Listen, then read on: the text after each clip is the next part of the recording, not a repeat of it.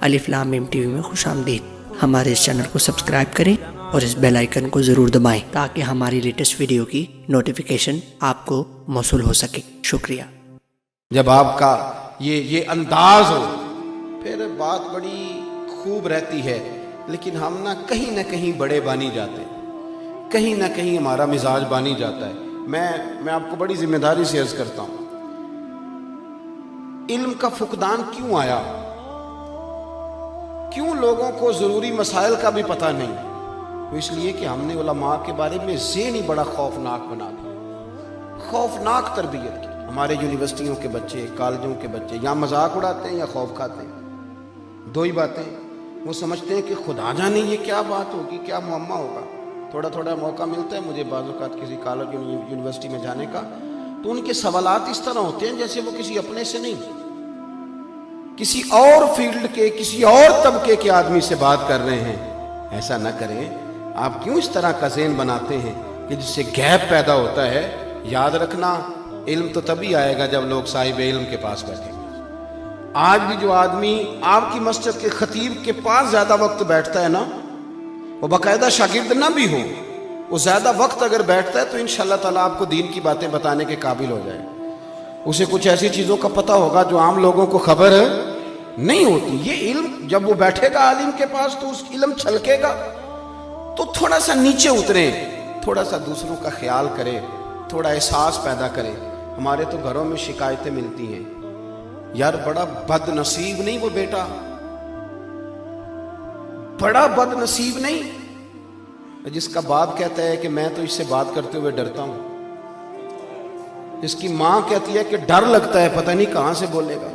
بڑا بد نصیب نہیں۔ باغ تیرے دی کر کر راکھی ساری عمر گزاری، تے ہونے باغ پکن تے آیا تے لے گئے ہور بپاری۔ یعنی ڈرے، ابا بات کرتا ڈرے، بڑا بد نصیب نہیں۔ اس کا والد کہتا ہے نہیں میں نہیں کھول کے بات کرتا یہ تو، اور پھر نوجوان کیا کہتے ہیں، گرم خون ہے جی مجھے پتہ نہیں چلتا۔ خدا کا خوف کریں، کیسی آپ بات کرتے ہیں؟ آپ یہ کام ڈی ایس پی صاحب کے سامنے جا کے غصے والا کریں نا، پتہ چلے کہ آپ کو پتہ نہیں چلتا۔ یا ایس ایچ او کے سامنے غصہ دکھائیں نا، آپ کی سمجھ آئے۔ اماں بیچاری رو رہی ہے تو غصہ دکھا رہا ہے، بیوی تڑپ جاتی ہے۔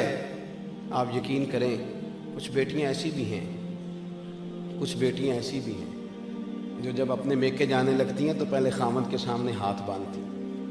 خدا کا واسطہ وہاں جا کے وہ رویہ نہ اختیار کرنا، تو گھر میں جو مرضی کرنا۔ پتہ نہیں کدھر چلے گئے ہم، اور اس کو لوگ مردانگی سمجھتے ہیں، اس کو لوگ سمجھتے ہیں دیکھا پھر سارے مجھ سے ڈرتے ہیں۔ سنیں حضرت عائشہ صدیقہ رضی اللہ تعالی عنہا، اماں جی فرماتی ہیں ایک دن حضور گھر میں بیٹھے تھے اور بڑا ہی مسکرا رہے تھے۔ میرے اعلیٰ حضرت فرماتے ہیں جب حضور مسکراتے تھے تو دانتوں سے نور نکلتا تھا۔ فاضل بریلوی فرماتے ہیں جس کے گچھے سے لچھے جڑے نور کے، ان ستاروں کی نصرت پہ لاکھوں سلام، اور جس کی تسکین سے روتے ہوئے ہنس پڑے اس تبسم کی عادت پہ لاکھوں سلام۔ حضور مسکرا رہے تھے اور مسکراتے مسکراتے فرمایا عائشہ تیرے ساتھ آج ایک بات نہ کروں؟ میں نے کہا حضور میرے نصیب جا کے کریں۔ تو حضور فرمانے لگے جب تم ناراض ہوتی ہو تب بھی مجھے پتہ چل جاتا ہے، اور جب مجھ سے راضی ہوتی ہو تو تب بھی مجھے پتہ چل جاتا ہے۔ تو جناب عائشہ عرض کرتی ہوں حضور مجھے میری ماں روئے میں آپ سے ناراض ہوں گی؟ فرمایا سن تو لینا۔ ہو جاتا ہے جب کبھی کسی اور اہلیہ کے پاس وقت گزارتا ہوں تو تیرے دل میں بات آتی ہے، پر سن تو صحیح نا۔ حضرت عائشہ کہتی ہیں میں نے کہا حضور سنائیں بتائیں، میں اور آپ سے ناراض؟ تو سرکار فرمانے لگے کبھی کبھی قسم اٹھاتی ہو؟ حضور اٹھاتی ہوں۔ فرمایا جب ہوتی ہو نا ناراض تو کہتی ہو مجھے حضرت ابراہیم کے رب کی قسم، اور جب راضی ہوتی ہو تو پھر کہتی ہو محمد مصطفیٰ کے رب کی قسم۔ اب مجھے سمجھ آ جاتی ہے کہ آج راضی ہے، آج ناراض ہے۔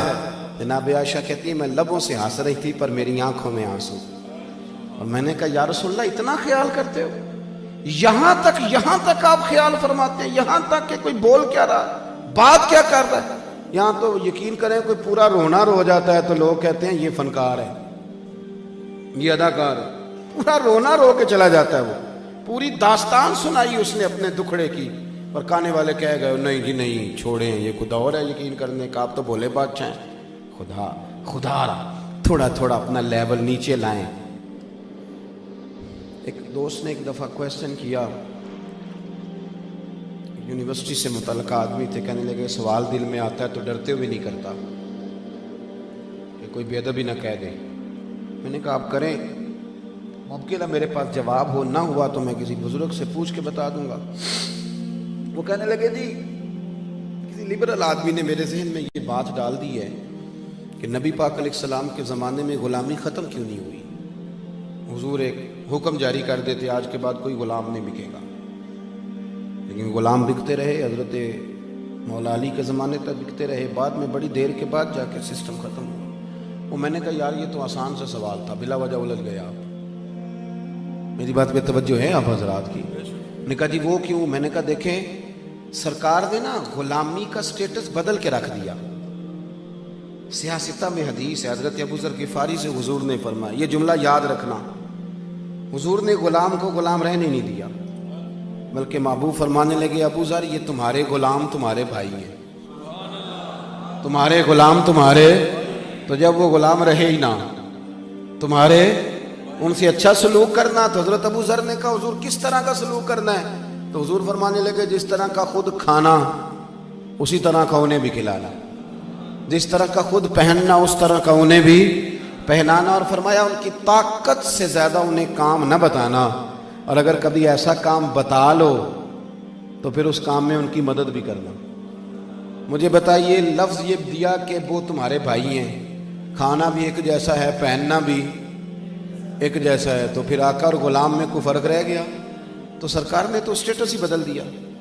ہمارے ہاں آج بھی لفظ بولا جاتا ہے کہ یہ 2 روٹیاں ڈرائیور کو بھی دے آؤ، بڑے مہذب طبقے میں، اور جو بڑی بات کر رہے ہوتے ہیں انسانی حقوق کی، بڑے بڑے لمبے لیکچر دے رہے ہوتے ہیں اور سیمینار ہو رہے ہوتے ہیں، اور جناب وہ کہہ رہے ہوتے ہیں کہ جناب میں نے ویلفیئر ایسوسی ایشن بنائی ہوئی ہے اور کئی ملکوں میں میرا کام ہے، وہ بھی کہتا ہے کہ اب چونکہ کھانا بچ گیا ہے تو ڈرائیور کو بھی بلا لو، گارڈ کو بھی بلا لو، اور میرے رسول پاک نے تو فرمایا جیسا خود کھانا ویسا انہیں کھلانا۔ مولا علی شیر خدا کرم اللہ تعالی وجہ الکریم کا غلام کہتا ہے کہ شیر خدا مجھ سے فرمانے لگے چل بازار چلیں خریداری کر دیں۔ کس کو؟ اپنے غلام کو۔ غلام کہتا ہے میں ساتھ چلا گیا، جب مارکیٹ گئے تو حضرت علی نے 2 جوڑے خریدے، ایک مہنگا ایک سستا۔ طے بات تھی مہنگا آقا پہنے گا اور سستا غلام پہنے گا۔ کہتے وہ دونوں جوڑے ڈالے لفافے میں، تھیلے میں، جو اس دور کا طریقہ تھا۔ فرماتے ہیں وہ لے کر کے آ رہے تھے، رستے میں وہ چوک آ گیا جہاں سے مولا علی نے اپنے حجرہ نور میں جانا، میں نے اپنے گھر جانا تھا، تو کہنے لگے پتر لا میرے والا مجھے دے دے۔ پکی بات تھی، میں نے وہ مہنگا جوڑا نکالا اور حضرت علی کی طرف بڑھایا تو فرمانے لگے یہ تو نہیں نا میرا، اور میرا تو دوسرا ہے۔ کہنے میں نے ایک لاجت پیش کی، ایک فلسفہ بیان کیا، میں نے کہا حضور آپ مہنگا پہنے، آپ آقا ہیں، اور میں سستا پہنتا ہوں چونکہ میں غلام ہوں۔ تو حضرت علی چونکہ عالم تھے نا، اور مدینہ العلم کے دروازے تھے نا، تو شیر خدا نے کیا شاندار بات کی، پہلے وہ دلیل جو فلسفہ بیان کیا تھا اس کو توڑا۔ حضرت علی فرمانے لگے پتر تو یہ فلسفہ نہ بیان کر کہ میں آقا ہوں تو غلام ہے، تو میرے والا فلسفہ بیان کر، حضور آپ کا کیا ہے؟ فرمانے لگے تو مجھے دینا سستا اس لیے کہ میں بوڑھا ہوں، اور تو پہن مہنگا اس لیے کہ تو جوان ہے۔ وہ شخص کہتا ہے جوڑا تو مجھے مہنگا دے گئے، وہ چلے تو گئے، لیکن ساری زندگی اس بات کی روشنی نے مجھے مزے میں رکھا، اس کی لذت میں اپنے دل میں محسوس کرتا رہا۔ تھوڑی تھوڑی مہربانی فرمائیں، یہ جو چیزیں تیزی سے آ گئی ہیں ہمارے اندر، تیزی سے اس کو بھگائیں۔ لالچ بھی ایک میل ہے، اگر آپ کو لگ جاتا ہے نا کہ اتنی دیہاڑی روز لگانی ہے تو پھر آپ کو بے سکون کر دے گا یہ کام۔ حضور نے فرمایا ہے قناعت میں عزت ہے اور لالچ میں ذلت ہے، پھر آپ بے سکون رہیں گے۔ وجہ یہ ہوگی کہ وہ اندر چونکہ عادت پڑ گئی ہے کہ اتنے 1000 روز آنا چاہیے، آج وہ نہیں آیا تو وہ تکلیف دے رہا ہے۔ تو بجائے اس کے کہ ہم خارجی چیزوں پر بہت زیادہ توجہ رکھیں، کچھ تھوڑا اندر پر بھی خیال فرمائیں۔ اقبال کہنے لگے اپنے من میں ڈوب کر پا جا سراغ زندگی، تو اگر میرا نہیں بنتا نہ بن، چل اپنا تو بن، اپنا تو بن، اپنے اوپر ہی مہربانی کر، تو تو قرآن مجید نے ہمیں کہا کہ محبوب تلاوت کریں گے اور تمہاری باطن کی ساری بیماریاں دور فرما دیں گے۔ دعا یہ ہے کہ اللہ نہ ہمیں کسی بھی طریقے محبوب کے قدموں تک پہنچائے، اور ہم جو کہتے ہیں، جو جانتے ہیں، جو سنتے ہیں، جو پڑھتے ہیں، اللہ اس پر ہمارے لیے عمل کا رستہ آسان فرما دے، اور وہ رستے اللہ کریم ہمارے لیے واضح فرمائے جن سے ہم عمل کر سکیں۔ جیسا کہ میں نے عرض کیا تھا کہ بس معاملات ایسے ہی رہتے ہیں، کچھ باتیں آپ کی خدمت میں عرض کر دیں۔ پروگرام میرا خیال ہے آپ کا آگے چلے گا، ابھی پڑھائیں نا کہ ناز شریف رہ گئی تو سرکار کی محفلیں، لوگ تو آتے جاتے رہتے ہیں، سلام ہوگا انشاءاللہ بزرگ دعا فرمائیں گے۔ آخر دعوانا اللہ اللہ اللہ لا الہ الا اللہ اللہ اللہ لا الہ الا